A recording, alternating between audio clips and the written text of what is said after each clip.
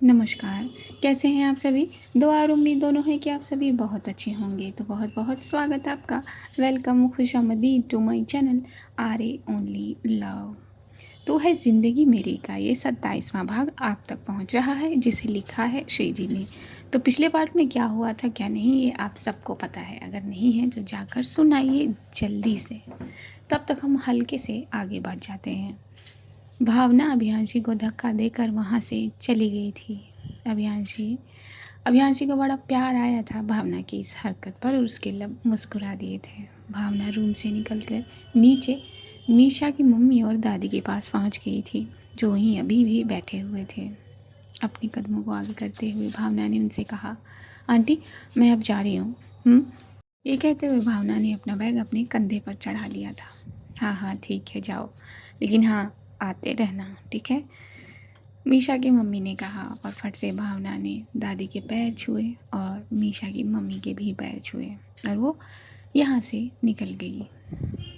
फट से उसने स्कूटी को स्टार्ट किया और फिर वो अपने घर के लिए आगे बढ़ गई थी। थोड़ी ही देर में भावना अपने घर पहुंच गई थी। उसने स्कूटी को अपनी पार्क किया था अपने घर के आंगन में और फट से वो दादी के पास पहुंची थी। दादी से कुछ बात की, उसके बाद वो अपने रूम पर चली गई, अपने बेड पर लेट गई। वो वही सब सोच रही थी। वही सब सोचकर उसके फेस पर स्माइल आ रही थी।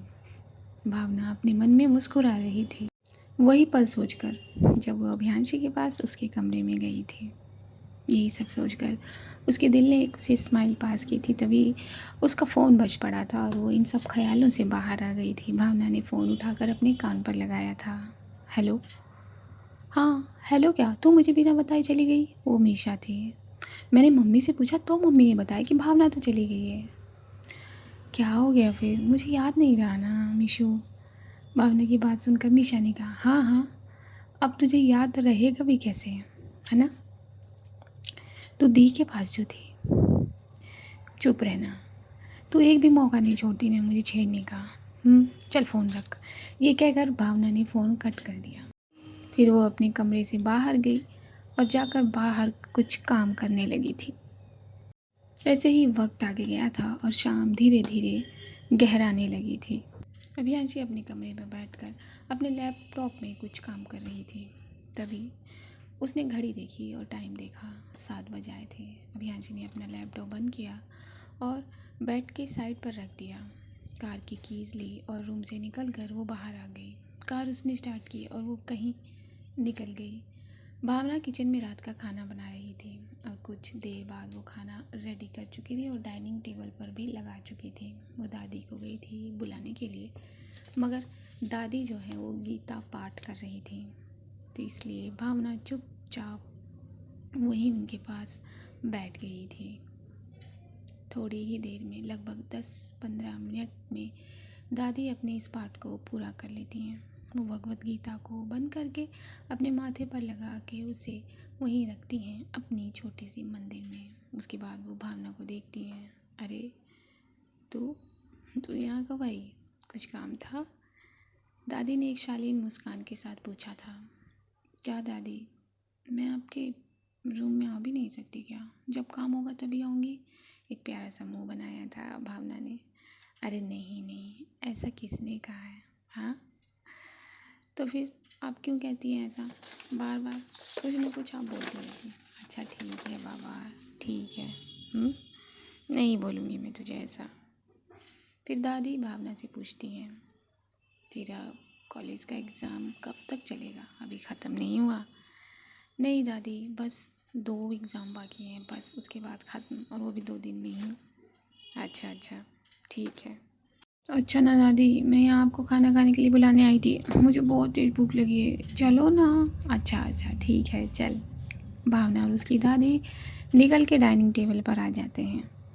अभियांशी अभियांशी कार एक दुकान के सामने रोक देती है, ज्वेलरी की दुकान के सामने। कार से उतरकर वो उस दुकान के अंदर चली जाती है। अभियांशी जाकर उस दुकान से एक प्यारा सा रिंग चूज़ करती है। फिर वो रिंग अपनी पॉकेट में रख कर वो वापस बिल काउंटर पर जाती है। बिल काउंटर पर बिल पे कर लेने के बाद वो अपने कदम जल्दी जल्दी अपनी कार की तरफ बढ़ाने लगती है। तभी उसके सामने त्रिशा आ जाती है। त्रिशा को देखकर अभियांशी कहती है, तुम यहाँ क्या कर रही हो? ओह, कुछ भी कर रही हो, हटो मेरे सामने से। उसकी बात पर त्रिशा कहती है, मैं वैसे क्या बात है, तुम ज्वेलरी की दुकान में कुछ लेने के लिए आई थी क्या?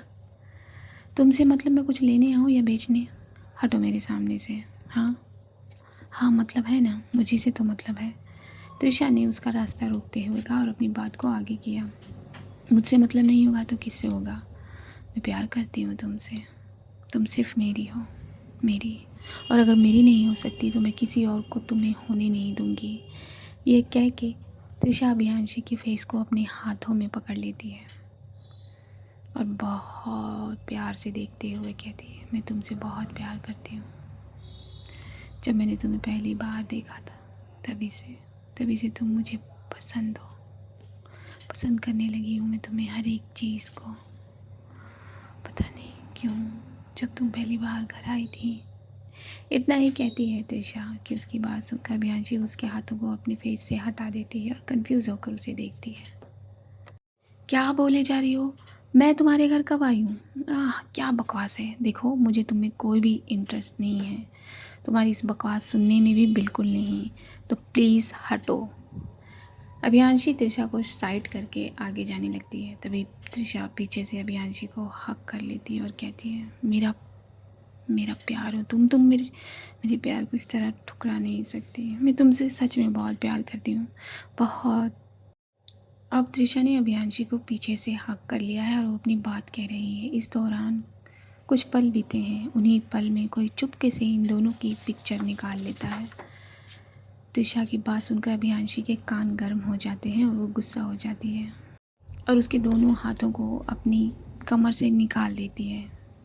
पागल पागल हो गई हो, इसे प्यार व्यार नहीं कहते, तुम पागलपन कर रही हो।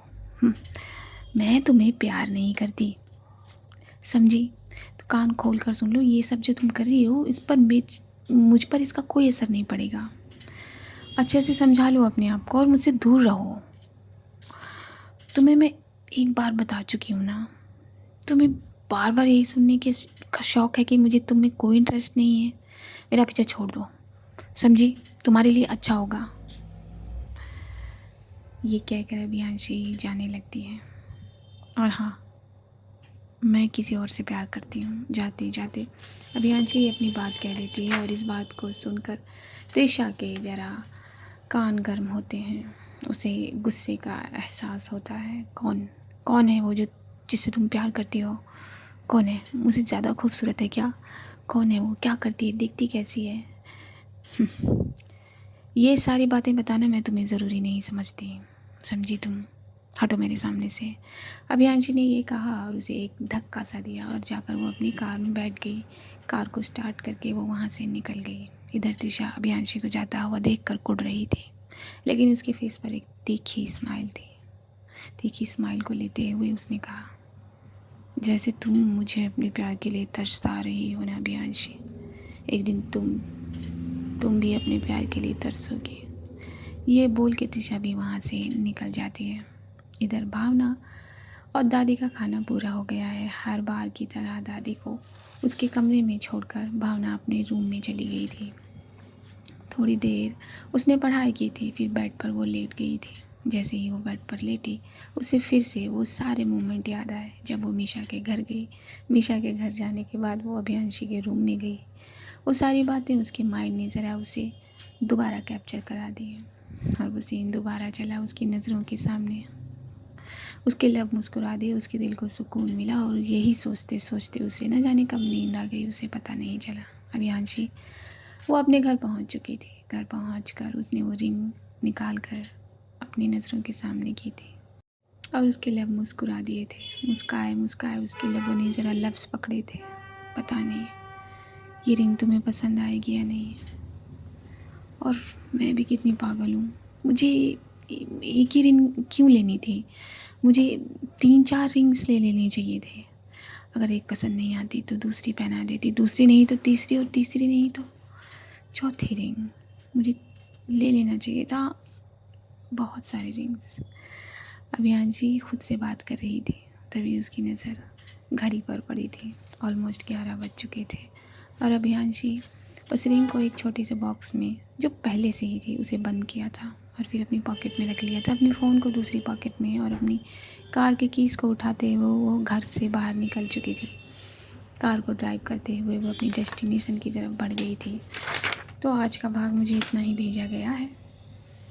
एडजस्ट करिए, आप लोग भी इंतज़ार करिए, हो सकता है अगला भाग जो है वो ज़्यादा बड़ा है।